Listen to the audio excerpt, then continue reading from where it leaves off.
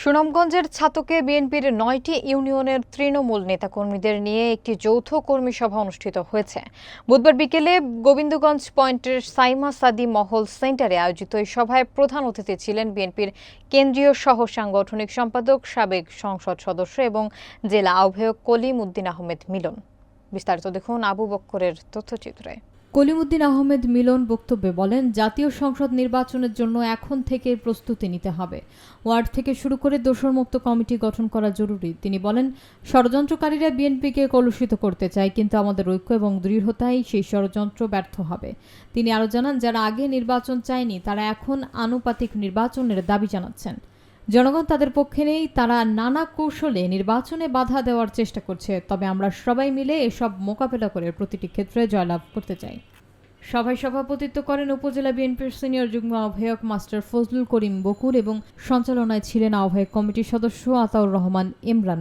এছাড়া বিশেষ অতিথি হিসেবে বক্তব্য রাখেন আব্দুর রহমান, নজরুল ইসলাম, শাহ শফিকুল আলম, মতি, মোশাররফ হোসেন, অ্যাডভোকেট আব্দুল কাহার সহ অন্যান্য নেতৃবৃন্দ।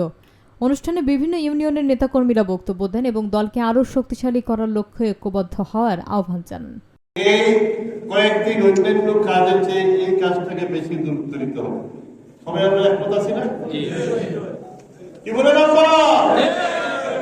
আমরা তো এটা 11 জন, আমরা হয়তো 6 জন পাইব, 5 জন পাইব। এটা আমরা করে নিতে আপনার মত আছে নি? মত থাকলে হাত তুলে জানান আপনার মত আছে। চূর্ণ করে এগিয়ে যাবে ইনশাআল্লাহ। আরে সংগ্রাম আন্দোলনের সময় আপনারা ছিলেন, সামনে পুলিশ, পিছনে পুলিশ, আপনারা গোবিন্দগঞ্জের রাস্তায় মিছিল করেছেন। ফরচুন না ভাই, যাও বাতাস ফরচুন না ভাই। আরে ভাই, আজমল বাজারে পুলিশ, সামনে পিছনে পুলিশ, এই সাহেব ভাই ফরচুন না আপনারা সবাই। সুতরাং ওই সময় তো ভয় পান নাই, কোনো ছাড়া মাথা নোয়াবার নয়। আগামী দিনের সংগ্রাম হচ্ছে জনগণকে ভালোবেসে নির্বাচনে বিজয়ী হওয়া, এবং সেটার একটি গুরুত্বপূর্ণ ধাপ হচ্ছে প্রত্যেক ওয়ার্ডে কমিটি করা।